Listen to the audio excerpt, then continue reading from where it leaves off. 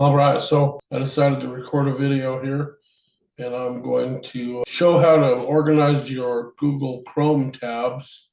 I know a lot of us have tons of tabs open, so I'm going to share my screen here, and you'll notice I have all these tabs that are open. And most of this stuff I'm currently working on. This is the Google Chrome bookmark bar here, and I'm going to show you how to organize that. So probably if you just have a bunch of stuff bookmarked that you want to save, you'll have all these websites on here and it'll be so full you won't be able to even see what's going on. Right now I have Gemini and ChatGPT here. The rest of these are folders. So instead of having a ton of Facebook groups open here, you'll notice that I could go to this Facebook groups folder and you'll see these are several groups that normally I would have open, but they're just in here. When I want to go to one, I come right in here and click on it.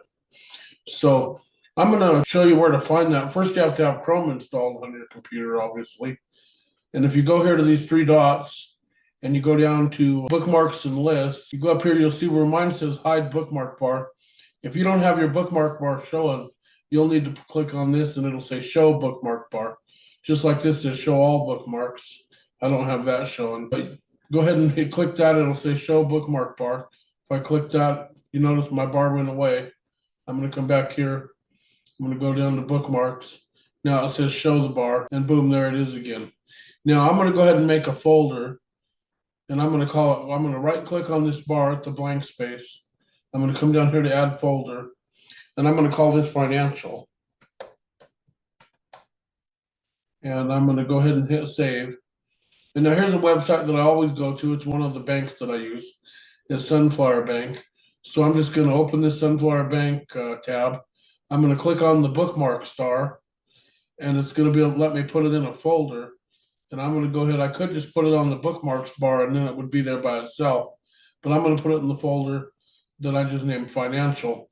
And I'll go ahead and add my other banks to this folder. Now I'll hit done. And we'll notice when I go, here's the financial folder I just created.